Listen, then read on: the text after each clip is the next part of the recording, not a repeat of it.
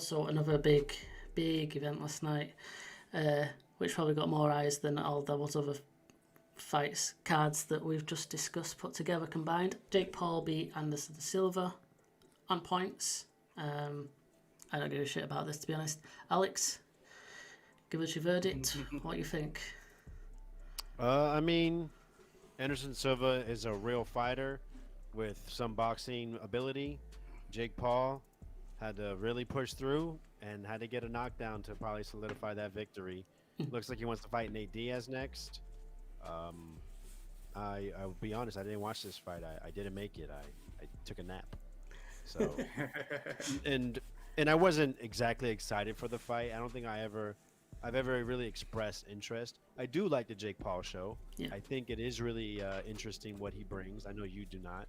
Um, I did see some of the undercard. I saw the Uriah Hall versus Le'Veon Bell, and the co-main event was a complete disaster to watch. It was just boring, especially with the other fights going on, the more important ones. So yeah, Jake Paul, Nate Diaz.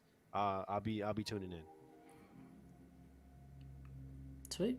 I guess he might give uh, Jake Paul a bit more of a test. Well, although I guess he was tested in this fight from all accounts. He was tested all the way, and obviously the knockdown helped him get that decision. Did you catch this one, Josh?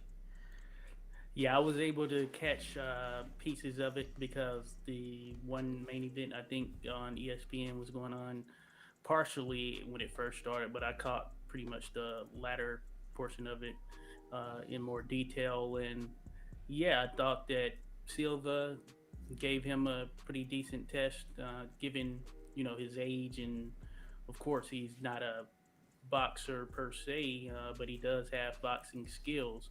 Now, I'm waiting to see Jake Paul take on a boxer, but looks like that may be a little bit later down the road, And I'm not thinking Tommy Fury because we know that he is not anything but a name in actuality. But I want to see him at least against someone with a little bit of boxing background and skill, maybe someone who's had some amateur fights or something like that.